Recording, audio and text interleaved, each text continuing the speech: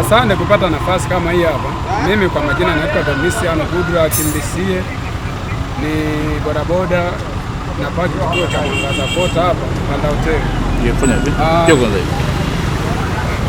Nikitaka kuizungumzia hali ya jana. Hali ya jana ilikuwa kiasi fulani hivi watu walikuwa hawaamini kwamba siku ya jana itaishaje, lakini iliweza kutamatika vizuri na watu waliweza kufanya biashara zao tu kwa ubora wa hali ya juu. Ukija kuangalizia hali kadhalika ya leo, hali ya leo iko vizuri, watu wanapita na pia wanaendelea kufanya biashara zao kama tunavyoona barabarani, watu wapo, biashara zinafanyika. Pia na sisi tuko hapa, wala hamna shida yoyote, tunaendelea kutafuta hela. Kwa hiyo cha kuwaaminisha watu tu ni kwamba waendelee kufanya kazi, wasishawishike na mambo mengine ambayo hata hayapendezi, wapambane tu kulingana na maisha tulionao mpaka sasa hivi.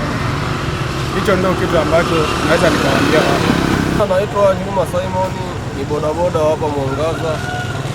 Kiupande wa jana na leo kidogo, leo tunaona kuna wafadhali, japokuwa hata jana pia amani ilikuwepo, lakini kiupande wa watu leo wamezidi kidogo kwa sababu ya hali ni shwari.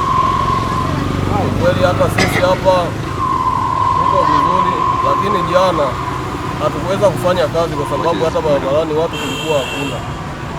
Kiukweli tunamshukuru Mungu, hali inaendelea kuwa vizuri.